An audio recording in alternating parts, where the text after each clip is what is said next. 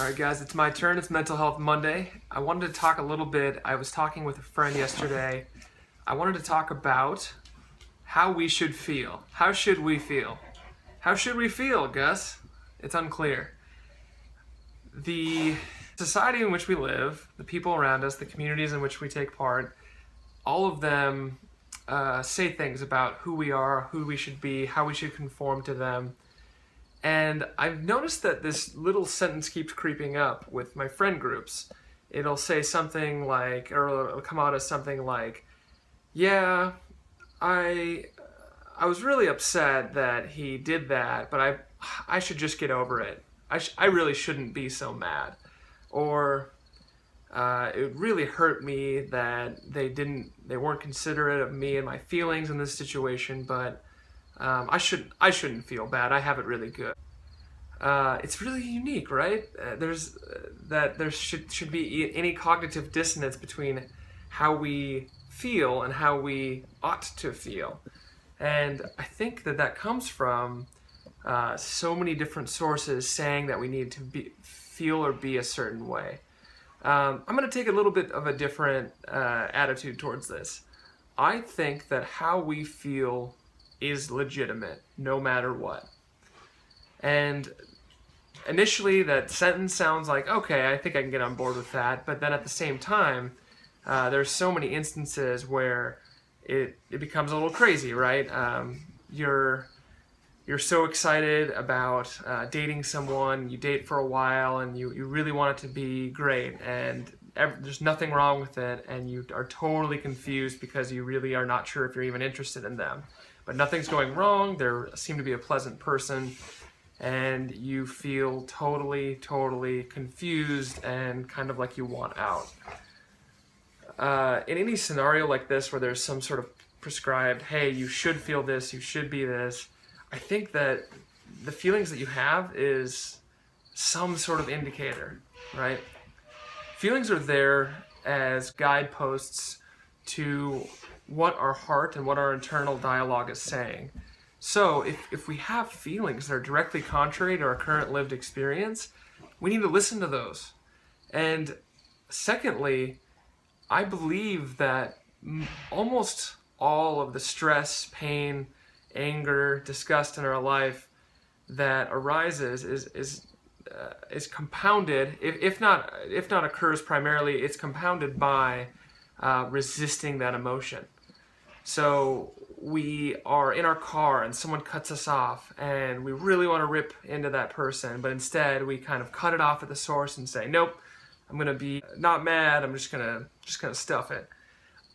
There are some strategies like that when done properly can certainly be beneficial, but at the same time, when a family member or a friend gets sick with an ailment that could be long-term harmful or could even cause death or what have you, we ought to feel exactly how we feel, and there's no other response that's fine. And I think that there's this gray area between extreme grief and sort of petty feelings where we think, I should just feel fine because I don't have it that bad, or things are going okay for me, so why am I so upset? Or I shouldn't be sad about this any longer. It happened 3 years ago, it happened 5 years ago, it happened 10 years ago. It happened when I was a kid.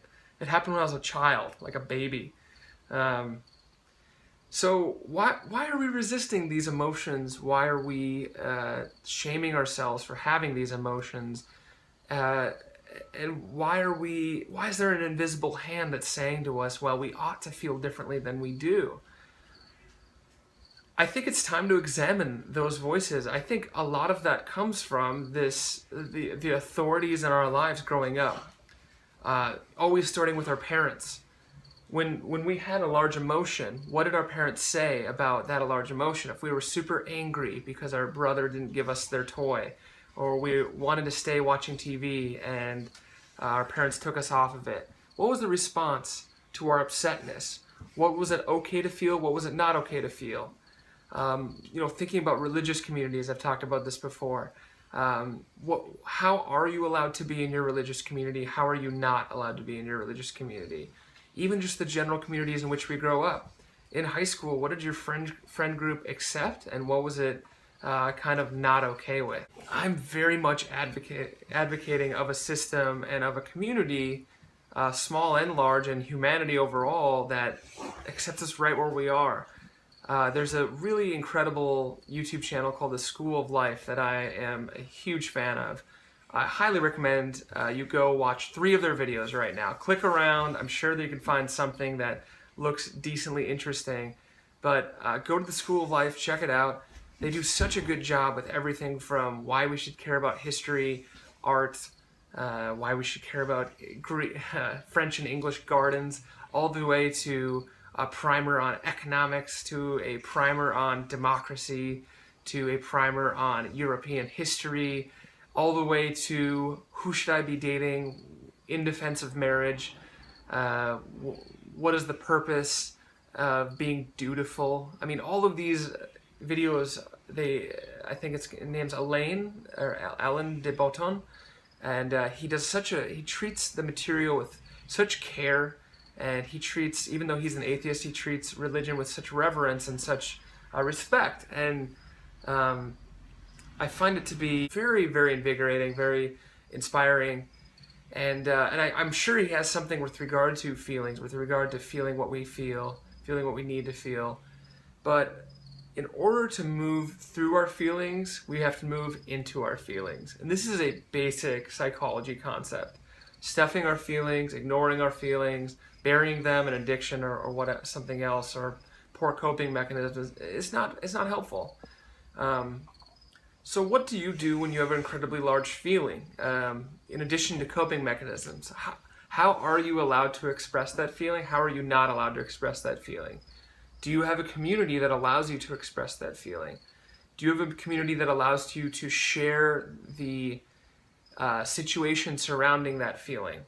Are people interested and excited about your life and want to know more on a regular basis? I think all of these things are very, very important in looking at moving through difficult things, hard things, or just the daily challenges of life. So just ask yourselves, how did you grow up? What did your parents think about large feelings and think about getting through something that was challenging? What does your religious community or lack thereof think about how you respond to life changes, how you respond to difficult things? And your friend group and your family, your extended family, what are their responses to death in the family? What are their responses to relationships ending or starting? What are their responses to having a good time? And what are their hobbies? Is there anything that's not okay? Is there anything that is okay? And a lot of these things are immediately knowable to you, but then compare that to just general humanity. Is it okay to cry if you grew up male, or if you participate in the male gender? Yes, it is. In fact, it's imperative that we cry. Tears are very important. It's actually it's such a silly example, but it's some people don't think that way. Is it okay for a female-identified person to be very aggressive? Is it okay for Hillary Clinton to be very aggressive in trying to get the presidency? Yes, it is. Aggressiveness is not just reserved for males, and so on and so forth. So compare our experience and look at sort of the unspoken rules about how we should feel, and compare that to we ought to feel however we feel. I think it's important for us to call out things that are hurtful, to call out things that are wrong, whether it's friends' behavior, family, and to bring that under the magnifying glass of, hey, this isn't right. It's not okay for my family to shame me for wanting to be a creative person instead of a financial person like everyone else in the family is. I think that family systems need to have space for who the people are going to become in it. So if you have children, the children need to be able to grow into whoever they're going to become. You ought to feel however you feel for whatever reason that you feel it. But pay attention to it. Ask yourself why you are feeling that. And I think that'll lead some clues to getting through whatever it is you're going through. So thanks for checking it out. It's my turn. Love you guys. And leave a comment below if you had some thoughts. All right. Bye-bye.